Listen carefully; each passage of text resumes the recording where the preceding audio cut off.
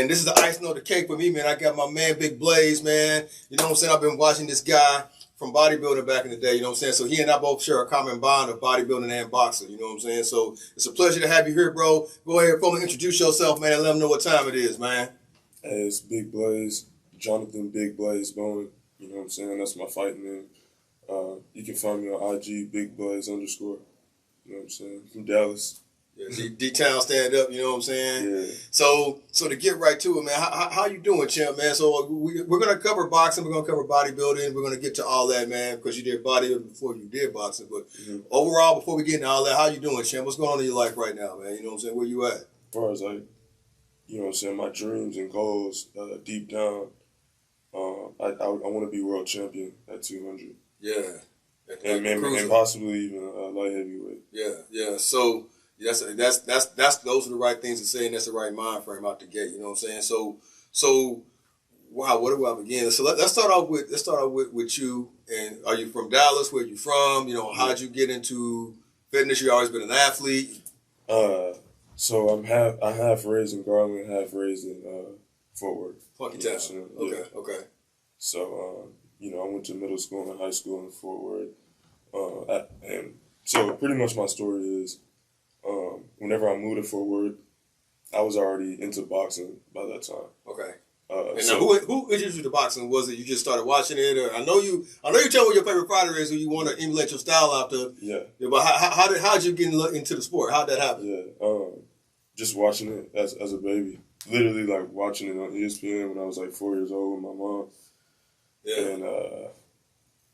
And it was weird because I just remember this one dude named Rinky Wright. Yeah, Winky Wright. Yeah. High guard. High guard. Yeah. Yeah. That's the first fighter I ever watched. It's crazy. So you know, my mom was saying, "Oh, he looked like your dad." Talking about Winky Wright. And that's what I remember, like him looking like my dad. And so, like, just thinking about it, like, man, it's crazy. Like, I've always, ever since that moment, I wanted to be a fighter. Yeah. Like, for real. Like, since I remember being 5 years old and being in karate no, it was a taekwondo. You did taekwondo? Okay. I did taekwondo for years, actually, but I started when I was 5. Okay. And I remember, if you know about taekwondo, it's a kicking sport. Yes, it's more, lower body. You earn points when you're kicking. Right. But you can punch, but you don't get no points for it. I didn't know that, really. Yeah, and that's why you don't really see it. You know what I'm saying? People are trying to close the gap. Yeah. Everyone has that, like, my bad. Everyone has that, like, Ali kind of footwork. Yeah. Or, you know, someone like Bivol or... Bivol, yeah. You know how Lyoto Machida... He's He's a karate guy, but he's a... karate and that bounce. That bounce, yeah, the Eastern European bounce. Yeah. I love Bivol too, by the way. You know, yeah, I like Bivol, yeah. If you could think of that, it's like they have that kind of stance that he be using, but man, I used to just want to throw hands. I remember just beating people's body up with punches. Yeah, it don't matter, don't count or not, baby. It don't count. And I remember that being a big deal, like. Damn. So yeah, backtrack.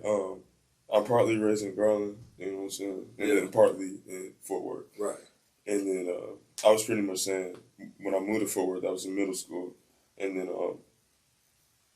but even before because what I was gonna say was I started boxing.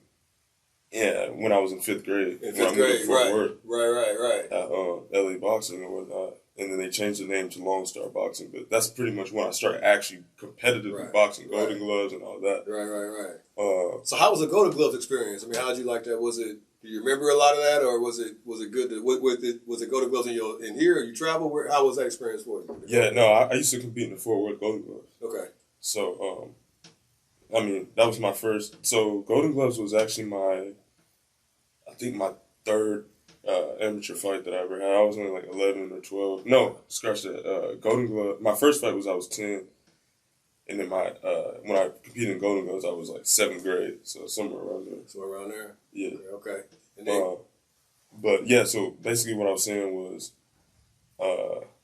even before I moved to Fort Worth and started actually boxing, I was watching boxing Friday night fights on ESPN. Right. Yeah. So when I was watching Winky Wright, and my mom saying, that looks like your dad or whatever. And I started wanting to be a boxer when I was watching Ricky Wright. Yeah. That era, that was my first ever fight I ever watched with Ricky Wright fighting. I can't remember who he was fighting, but I do remember that era. Like Roy Jones was on top. Miguel Cotto was. Miguel Cotto's my favorite fighter. Yeah. Miguel Cotto was new though. He wasn't bald yet. You know what I'm saying? He had the hair, and he was like, people were saying he was a prospect. Yeah. So I remember that. Yeah, I remember that. Seeing that, man, and seeing how he was getting dudes out of there, some body shots. Did you know that Miguel Cotto had a car accident, and he broke his right arm in 9 places? Did you know that? No. Yeah, before? Yeah, it was right when he was in the amateurs. It was amateurs. Okay. He was just about to take off, and because I've been studying, you know what I'm saying? I've been studying, man. He actually had a car accident, and he was badly injured, and he broke his arm. What part of his career was this in? It was right before he's getting ready to turn pro. You know what I'm saying? I believe. Oh, damn. No, I didn't hear that. Yeah, so that makes it more incredible though. What he was doing. It was early in his career, you know, and I'm studying in the sport tonight, but that was one of the main things I learned about him. You know what I'm saying? And so, but yeah, anyway, go ahead, Miguel Cotto. And speaking of Miguel Cotto, I'm sorry, I didn't mean to cut you off. Mm-hmm. He's also the reason why I got into water work. So you know how I do the aqua boxing with my, with my training and everything like that. Oh, the underwater. That's underwater water work. I got it from Cotto. Because I saw him, it was a 24/7. You know, back in the days on HBO, so 24/7. Yeah. He was getting in for a fight. I can't remember who it was, but I saw him and his coach took him. It was it might have been Shane Mosley.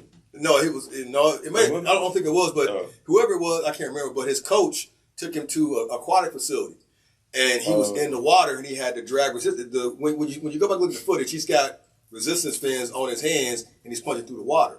And I was like, wow, what is that? Now, I've seen people do it. I don't know because I think I know what you're talking about, and I'm not sure if that's the first time I've seen it. Yeah. But I remember seeing that, like when they would do the 24/7. And even with UFC. Like people like Chael Sonnen. I remember when he was fighting, he was doing underwater. In the water, right? Well, the thing about the water is it creates resistance in all directions, and the drag resistance equipment, it creates resistance in the water. So when you're working the muscle in every direction. It's 3-dimensional. Instead of when you're in the gym, it's isolated. So when you're in the water, you're working everything, and there's no risk of injury. You know what I'm saying? And the water makes you lighter, so you can work on your mobility, your agility, your movements. You can move more fluid. So I use the water work to complement what I teach in the boxing gym. But anyway, I don't mean to take over the story, but Miguel Cotto is one of my favorite fighters. That's actually where I got my water work from. Anyway, go ahead. You were telling a story about how you were watching him in the fight. So anyway, go ahead. No, I was just explaining, that era, man. Yeah. That era. That's, who else? This is when I first started watching boxing. You talking about Ricky Wright, you talking about Roy, you talking about Miguel. I remember watching these people a lot. I remember watching Pacquiao. Well, you had Pacquiao that era. You had Sergio Martinez. Yeah. You had, oh my gosh, dude. That Pacquiao people, like. You had Kovalev. Yeah. You know what I'm saying? Yeah. I didn't know about Kovalev until later on, to be honest. Yeah, well, I knew about Andre Ward. Yeah, Andre Ward, SOG. He's one of my favorite fighters too, man. This shadow boxing is amazing. I'm studying his shadow boxing because he's very precise when he throws, and he doesn't have any wasted movements. He's just fundamentally beautiful to watch. You know what I'm saying? So when I'm adding, and to speak on this, we can talk about this shit all day, but I found a lot of amazing trainers on Instagram. A lot of them. Yeah. And from everything from breaking down, the strategy to looking at your opponent, breaking them down. Like, I'm learning so much. I have a speed dial of about 10 trainers that I watch, and they as far as because I guess I'll be seeing some like bullshit on there, man. Yeah, like I've been seeing some people that never fought. You can tell they ain't never thrown no hands and just in life in general.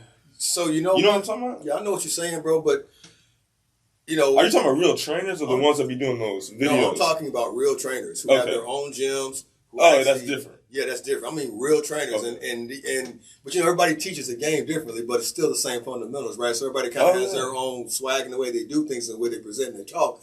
I found a good list of about 10 of them, and they are fucking fire. You know what I'm saying? So I'm learning as I'm studying. Because I told you I'm studying a lot. If you go look at my Instagram page right now, you'll see I have a film study Friday where I break down. My coach do the same thing. Film study Friday. So my first one I did was like Marvin Hagler, one of my favorite fighter of all time. Yeah. You know what I'm saying? Great switch hitter, Or just he trained. Speaking of Marvin Hagler, bro, I'm gonna talk about Hagler for a minute, man. You know, when he was in training camp, he used to go to the tip of Cape Cod. You know what I'm saying? And then he would wake up 3 in the morning, go run, do his road work in steel toe boots. Did you know that? I mean, hey. So Marvin's Hagler is one of my top fighters. Man, real talk, like top 3. Yeah. Top 2, actually. Yeah, bro. So him and Roy Jones. So yes. When I watch his trainings, I'm like, yeah, it was crazy, man. You know what I'm saying? But yeah, man. So to get back to what I'm saying is that's how I got into fighting with the boxing and everything in Marvin Hagler. All those guys, that whole era. Yeah. You know what I'm saying? Obviously, that was before the Four Kings was before that. You know what I'm saying? But yeah. Yeah, man. So. But I like that era too. I feel like I'm just partial to the early 2000 era. Yeah. A little bit more just because that's when I first started watching. It was new to me. Yeah. Like I was watching these people that are now, they're all retired at this point. Yeah. But that's when I came in the game. I started watching boxing with Mike Tyson, obviously. You know what I'm saying? Well, okay. Yeah. You know, it was the 90s. So the 90s to me was, the 90s to me was the greatest era ever. It was the greatest hip-hop era. You had Pac, you had Biggie, you had East Coast, you had Nas. Yeah. You know, you go to the West Coast, you had 3-6 Mafia. You go down south, you had UGK, 8-Ball, MJD, 3-6 Mafia, Paul Wall. You know what I'm saying? Bum B, all that. You go out to the West, you got Council Most Wanted, you got NWA, you got that whole 90s era. And then with boxing, it was the Mike Tyson. You know what I'm saying? And that whole era. But anyway, that's when I got into the sport, man, and I've been doing it ever since, man. I mean, it's something that's really changed my life. You know, boxing is life for me. You know, for me. You know, I do this shit. I don't do it for the money. I do it because I love the sport. You know real talk. Same here, man. Like how you were talking about the '90s with the rap. Yeah. Like I feel like I'm like a new a throwback. Like even to the music I listen to. Like we could talk about that all day because I don't really be listening to new stuff. Like I connect with the older shit. I don't either. The older shit. If you go on my stories. I'll be peeping. Yeah, I only play the 90s shit, bro. The Mobb Deeps, the Pacs, because that was my era. You know what I'm saying? I was at LU during that time, Langston. You know what I'm saying? 1992. And so, yeah, HBCU stand up, man. You know what I'm saying? And that era was great. It was greatness. Oh. And then on top of it, you had Michael Jordan. You know what I'm saying? So bro. You know what I'm saying? So come on, man. Yeah. So anyway, that whole era was greatness. You know what I'm saying? So I agree. Yeah. Okay. So picking up right back where we were at, man. Go ahead. You speaking on your mother and all that. You know, getting in the game and going forward. Yeah. So ahead. Aside from the people that I was watching, it was just the fact that I was watching it, and before all the shit that I've been through, that motivated me to keep going with the boxing. It just started with the watching it. Yeah. And I don't know. Like I feel like whenever I'm talking to someone and I'm explaining to them about, you know, certain things like me getting bullied, me getting jumped, and all these things that, you know, I'm about to tell you, they're like, man, that's what got you into boxing, because it sounds like it makes sense. Yeah. But really, I was already in love with it before I was even experiencing those things. Yeah. You feel me? Yeah. Like I was like an actual, like I used to watch, I used to buy boxing, the stuff before I was born. I used to watch all that. From buying the CDs from Tom Thumb and Walmart and stuff what was it? ESPN Classics. There was tapes. There were tapes of that you could buy. I remember the DVDs. Yeah, I remember that. DVDs. I used to have Mike Tyson, his documentaries. Yeah, and that showed his fights. I had all Tyson knockouts. It was just a tape of all his knockouts. You can watch that all day. That's what I'm saying. That's what I'm saying. Roy Jones, I had. It was a video. It was at least 25 of his fights. Yeah, and they were just ended in knockout. Yeah, it was like a you would watch a fight, he'd knock him out, and then they go to the next one, and go to the next one. And I used to watch that, man, like when I was like 5 years old. Yeah. So back to what I was saying about the Taekwondo thing. Yeah, I was in Taekwondo and pretty much just punching people, even though that's a kicking sport where you earn points when kicking. I remember feeling more natural to run up on these people close range and just hurt them. Yeah. And I used to actually hurt people, but I wasn't scoring no points. Yeah. And, you know, that's another story. But basically, I got to a certain point where, you know, I was playing soccer. I was experimenting. You know, my mom didn't want to put me in boxing back then because she was scared for me to get seriously injured. Yeah. And there was none around. This is when I was in Garland. So I didn't know about boxing gyms. I just used to watch it, compete Taekwondo. Yeah. And, you know, Taekwondo kind of taught me, like, more discipline and just, like, how to act when you're in a training facility. Because I did a whole bunch of shit throughout my life, wrestling on different levels. Okay. So I just got a certain kind of discipline, but I learned it from Taekwondo. You say, yes, sir, you bow before you walk into the building. Right, You say you do that before you walk into the mat. Wow. You do that when you got to use a restroom. You know what I'm saying? Like I didn't know that. I didn't know that. Yeah. No, it's serious. Like, it really just teaches you how to it's like respect. Like, respect everyone. Mm-hmm. Because, like, you never know. Like, you just got to respect everything. Right. And everybody, because you don't know what they're capable of and stuff like that. It was dope. How did you get into bodybuilding? You know what I'm saying? How did that happen? Obviously, we got the boxing covered. Yeah. How did that transition, you know, with that? Yeah, I was always wanting to be a fighter. So that's kind of what I was focused on from, like, 10. Once I got to 14, I started to transition to MMA. Okay. That's what I wanted to do, was MMA. So I started building my physique. For that, I took weightlifting very seriously, because wrestling, and I started wrestling freshman year in high school. Yeah. Also, when I was at LA Boxing, I did jiu-jitsu and stuff too. I just didn't add that part in there. Okay. I was doing Muay Thai, jiu-jitsu. I had like 4 years of jiu-jitsu experience. Wow, bro. Yeah. So when I you really are a combat sport. Yeah. No, I like up until like 3 years ago, 4 years ago, I wanted to be a UFC fighter. Wow. Even when I was bodybuilding, I still wanted to, like, fight. So it's always... The bodybuilding only came because, you know, after high school, you know, I did 2 years of college. Okay. I was trying to get a national title. Okay. So, you know, Kansas JUCO took a chance on me. Yeah. And I wrestled at UCO. Yeah.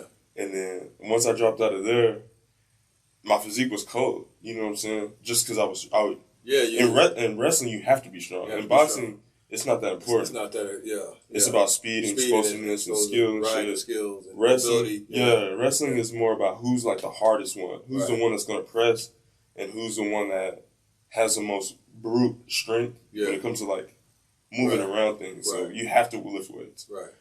And so, yeah, like I was saying, my physique was cold. I had abs. I had good... I didn't look like I competed or nothing, but I was shredded up. Yeah. And, man, I was at LA Fitness one day. I met this dude.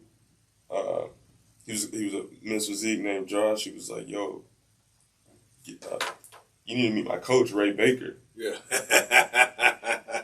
And, man, when I met Ray, he was like, oh, you got potential. I like your mindset. Yeah. He's like, man, we could do it. Like, I think you can really do it. I was like, really? So he got me thinking I could really go far in men's physique and classic physique and stuff. Ray is really mental, though. Ray is deep, you know what I'm saying? He's very deep. He's very deep, you know what I'm saying? Good guy, you know what I'm saying? He's really open. He's a really good communicator. You can look and watch his videos. For those of you who don't know, we're talking about Ray Baker. Ray Baker is a posing coach, strength conditioning coach. He trains at a Destination Dallas. Really big on the bodybuilding scene. Been doing it for years. Great guy. And he does really good posing classes, specifically with classic physique competitors, if I'm not mistaken, right? He does a little bit of everything, but he likes classic. Yeah, mostly classic. I mean, I think it's because he has so many, like, good competitors on that level. Yeah. Like Courage. You know, people know him from being an Olympian and stuff, but he's got he's got a lot of people to Olympia. Yeah. Tony is one of those people. Yeah. Cameron Souder. Yeah. I can't really think off the top of my head. We're kind of... He got a lot of people, man. He got a lot, yeah. Shout out to you, baby, man. You always been real with me. I appreciate you, bro. You know what I'm saying? Real good guy, man. But, so anyway, keep going. So we were talking about bodybuilding and how you got into that. And you competed for how long on the scene of bodybuilding? Not that long, like 3 or 4 years, something like that. So the last time, so we're gonna keep on bodybuilding, but I wrote down something I want to go back to. Mm-hmm. With bodybuilding, so for those of you who don't know, I also do spray tanning. I'm a master spray tanner. I have a spray tanning company called World Tanning Club, and we're based in Dallas, and we do professional spray tanning, hair and makeup for bodybuilding shows. So I've been doing that. We've been doing that about, 10 years, maybe longer. It's been so long. But anyway, The last, and this brings back to my point. I think the last time I tanned you, that was your last show. You after that was it, right? Right. I mean, I did what I wanted to do. Right. That's what I never really like Coach Ray got me into believing in myself, believing in this all the stuff that I already learned from my wrestling coach. Right. And my my old boxing coach Johnny Bedford. Yeah. Shout out to him. Like just the grit. I feel like that's what I have over a lot of people. Yeah, yeah. And so when I was talking to Ray about it, he was like, "Yeah, just take that into bodybuilding. It's the same shit." Yeah, like it all translates over to what you're doing. Yeah. Like, I remember I never wanted an off day. Like I was writing stuff down. I was drawing my physique that I wanted to just in my head. Like, I was always posing. I always was taking off my shirt, looking at my physique. Like I was getting so into it to the point where like it was my main focus, even over fighting. Oh wow! Because remember, I dropped out of college. Yeah. So I was like so obsessed with it, man. Yeah. And started winning shows. Yeah. You look great, bro. And just there's a lot of similarities between bodybuilding and boxing. You know what I'm saying? And so, but the difference is obviously one of the big differences is weight training and resistance training and lifting. So since you've done both, and we were talking about this downstairs, the difference in the comparison between the two. Yeah. When you're lifting in bodybuilding, you're building mass and strength and you're getting bigger, right? That's not what you want in boxing. You want to be more fluid and agile and have mobility. So speak on what since you're on both sides of the fence, speak on what you see and how it's affected you and what you think on that. How it's affected me? It ruined my, honestly my skills overall. Bodybuilding did. Because you got so big and massive. Because I was real fast. Like my style, because remember I was boxing for 4 years. Right. And even after like when I was wrestling in high school and stuff, I was always sparring my friends and stuff, and I was always hitting the pad heavy. I was hitting the heavy bag every day. Okay. Like even if I trained twice a day, I was still going home hitting the heavy bag. Yeah. So and watching boxing and stuff. I just didn't have a coach or anything and wasn't competing, but I was still like in it. And even back then, I remember like having a bladed stance. Yeah, stick plan. I was on my toes. On your toes, balls at your feet. Elbows bladed. So not really like how you just had it, like Tyson. It was more like I just had more of a slick. Was it like more of a southpaw, lower guard type? No, I wasn't no southpaw, but I was. I mean, not southpaw. Philly shell. Philly shell, excuse me. Yeah. It was more Philly shell. If I could tell you, and I got some old clips, but I was kind of wild back then, so it's hard to tell. Yeah. But right around like 15 years old, and I remember still being smaller, skinny, long. My style would be like Roy Jones. That's my favorite boxer of all time. Okay, good choice. Yeah. I think Roy Jones is his defense was probably the best I've seen. Like using his footwork, using his talent, and just how he tied everything together. I feel like it's definitely one of the best that we've seen. Yeah, absolutely. Mixed with the knockout power. You know what I'm saying? Yeah. So I wanted to be like that growing up. I wanted to be like Whitaker, Floyd. Like I didn't really watch people like Tyson like that. I didn't really connect with it. I used to want to be fast and boom, get out like a Ray Leonard or something. Yeah. Throw a long combo. Shoe shine. Steal the round. Get out of there. Yeah, in and out. Yeah. So I always had that style until I met my most recent coach, Coach Tristan. Okay. So that's what I was trying to say. Like my head, what I'm studying, what I'm going over is like trying to trends. Kind of like, because now I'm bigger and more compact, and I'm smaller than these guys. Okay. Shorter, not smaller, but shorter. Right. And I got to be on the inside. Right, you're a pressure fighter, right. Yeah. So that means, head movement, excellent footwork, power once you get in, being able to take a shot, you know what I'm saying, because you're gonna get hit moving towards the target, right? You know what I'm saying? So yeah, for sure. And I never really fought like that. Like I feel like my spirit wants to be different. Right. So I'm creating that perfect balance is what I'm doing right now. I want to show the world, like, when I turn pro, like, I want people to think, dang, he can do anything. Right. Like, if his opponent is doing this, he can just turn it. To me, the ultimate goal is you want to be a boxer puncher, you know what I'm saying? That has everything. You know what I'm saying? Because you want to be a pressure fighter, a swarmer, You know what I'm saying? Those are the punch like Inoue, like one of my favorite fighters, Inoue. You know what I'm saying? Japanese monster. I love that dude. You know what I'm saying? You ready for him to get tapped up by Fulton? Well, we're gonna see. So that's gonna be a good fight. But I like it. I just like the way I like pressure fighter. I like action fighters, and he's really he hard. He hard, bro. He just comes forward. That left hook is nasty. And he's got real power, and a lot of people fall under that power. You know what I'm saying? But I like pressure fighters like that. So that's the pressure fighters. But the boxer puncher to me, like Crawford. You know what I'm saying? Especially the switch hitting boxer puncher. Oh my God, Errol Spence. You know what I'm saying? Again, I go back to Marvin Hagler, switch hitting. Man, you know what I'm saying? So when you can, and we were talking about Southpaw versus Orthodox. So when you can do both, we can do Southpaw and both, and you're switch hitting, and you can have power in both hands, like Miguel Cotto was right-handed, but he was a Southpaw. Yeah. See what I'm saying? So if you're right-handed and you're in a Southpaw stance, that jab and that lead hook is gonna be nasty, bro. You know what I'm saying? So, yeah, for sure. So yeah, man. So I just feel like all those are the fighters I like. And get back to what you're saying about the prick being a pressure fighter and the pressure fighter and being an outboxer. If you can master and do both, and I think you can do that. And we can, if you come work with me, we're gonna do everything. You know, I love to work with you, bro. We can do drills and we can design drills specifically for that because I like to help out where I think fighters need it. I think I have a skill for kind of making drills to do that, and I'd love to do that, bro. But I think you're definitely on the right track to go that route. You know what I'm saying? Yeah. I look up to fighters like I said, like to me, Roy Jones is someone that kind of has everything. Yeah, everything, all the tools in the toolbox. All the tools. Yeah. And I don't know. I just think like if you got the athletic ability, you got the mindset, you believe. It all starts with your mind. It all starts with your mind. Yeah. Man, like I think I can do whatever I want to do. Yeah. And it's the mentality, right? Like I'm gonna destroy you. You know what I'm saying? Like you gotta be mentally strong to do that. You know what I'm saying? And so yeah, bro. I think you got all that. Yeah. You know what I'm saying? It's just time and work. You gotta put in the work. You know what I'm saying? No, for sure. Yeah. Let's talk now about your training and your future goals and where you want to go and what you're doing to get to that point. So me training, I'm training as if I'm in fight camp all the time because I got fights coming up left and right. Okay. Different events, Golden Gloves and stuff like that. Yeah. I may be having a fight in March, the Fort Worth Golden Glove. Okay. Which I won that last year, so I want to do it again this year. Okay. I'm really just trying to get as much fights as I can before I turn pro. Okay. And your goal is to turn pro next year or what? I want to get around 100 amateur fights first. Now, where are you at right now? I got a long way to go. I got under 10 fights. Okay. Hey, that's nothing wrong with that. I'm just asking. You know what I'm saying? I take long breaks before my fights. Okay. You know what I'm saying? Like I haven't had back-to-back fights. You know, it'll be a fight here.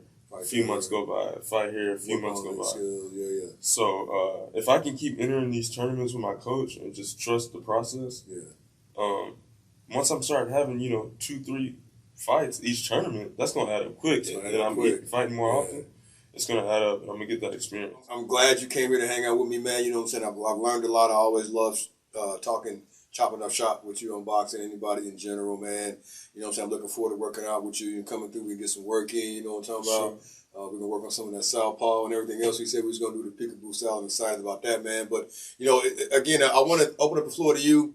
Is there anything else you want to tell my listeners or the viewers? And, again, give me your Instagram page. Again, give me where you train at. You know what I'm saying? We'll keep everybody posted on your fight schedule, but go ahead and give everybody a shout out and let them know what you want to know. If you want to see my fights and stuff and some of my training videos, follow me on Instagram at BigBlaze_. And then I fight at Team Tough in Frisco. So. Yeah. And then as far as upcoming, man, like a lot of things is coming, man. I'm trying to get a national title before I get up out of amateurs. Yeah. That's really the biggest goal right now. Yeah. And I don't know if I'm still an amateur at that time. If me and my coach and my team think it's the right move, we could try to represent the United States. Yeah. Before I turn pro. Yeah. You dig what I'm saying? For Olympics, so. That's what's up.